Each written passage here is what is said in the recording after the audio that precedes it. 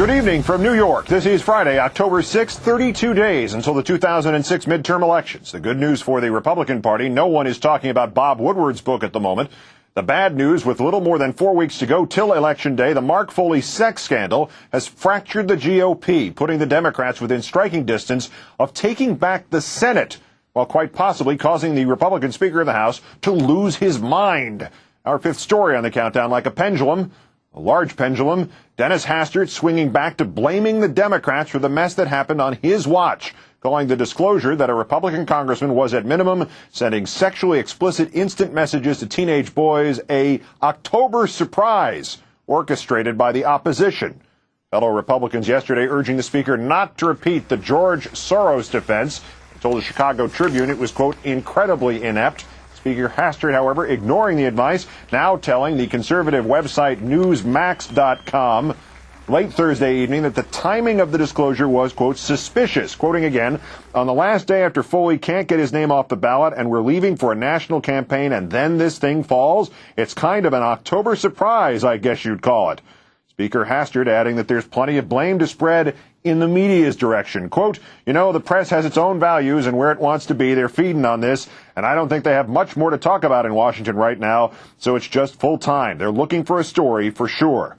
Yeah, there's no war or Woodward book or anything. Speaker Hastert becoming political kryptonite as this goes along. Republican candidates in close races now canceling or postponing campaign appearances with the Illinois Republican, much in the same way they have been deep-sixing photo ops with the commander-in-chief, which leaves the Speaker and the President free to campaign with each other. NBC News confirming tonight that President Bush will travel to Illinois next week for a public event with Speaker Hastert.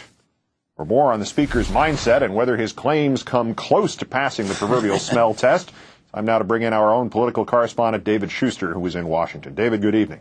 Keith, good evening to you. Regardless of whether the claims are motivated by politics or by desperation, a number of false charges are being made. So let's take a closer look. Number one. Did the Democrats know in advance? Republican House Speaker Dennis Hastert has told Newsmax, quote, the Democratic Congressional Campaign Committee was ready to go. We were told by sources that they had that information on a Thursday night before we did, or Wednesday. They were up ahead of us for a day before we ever knew it was going to happen.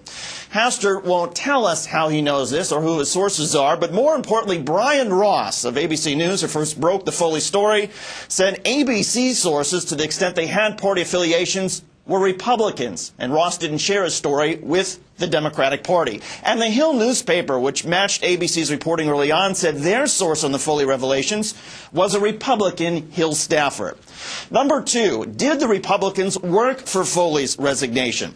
Congressman Tom Reynolds, in charge of the National Republican Campaign Committee, said, I immediately began to work for his resignation. House Speaker Dennis Hastert said on Monday, we found out about it, asked him to resign. He did resign. He's gone. But a timeline of what happened a week ago shows Foley resigned before the Republican leadership even had an opportunity to act. And Dennis Hastert originally said, I think Foley resigned almost immediately upon the outbreak of this information. And so we really didn't have a chance to ask him to resign. Number three, what did Dennis Hastert know and when did he know it? I, first of all, learned of this last Friday, when we're about to leave Congress for the break to go out and campaign. House Majority Leader John Boehner says he told Hastert this spring that Foley had a page problem. Congressman Tom Reynolds says he told Hastert a year ago that Foley had a page problem. And Kirk Fordham, Reynolds' former chief of staff, said he told Hastert's office about it 3 years ago. Kirk Fordham says he has now shared this information with the FBI. Keith? David, while we have you here, let me switch gears on the scandal beat and ask you, there's been something of significance in the Abramoff investigation today that speaks to the Republican lobbyists' ties to the White House? That's right. Susan Ralston, who was the top aide to Karl Rove, she resigned, and the White House said it was in the wake of a congressional report that found that Susan Ralston passed inside White House information to Jack Abramoff, who she worked for before she started working for Karl Rove. In addition, the congressional report found that Susan Ralston was the recipient of dozens of free tickets and sporting events, all in violation of government ethics rules. The Democrats are suggesting that the White House is simply trying to make Susan Ralston a scapegoat and take attention away from Karl Rove, because the congressional report also found that there were some 485 lobbying contacts between Jack Abramoff and his aides and White House officials. And questions about several White House officials other than Susan Ralston remain unanswered.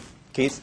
Rove ought to go hunting for lost wallets, David. He seems to luck out every time. MSNBC's David Schuster, as always, sir, great thanks for your efforts tonight. Have a good weekend. You too.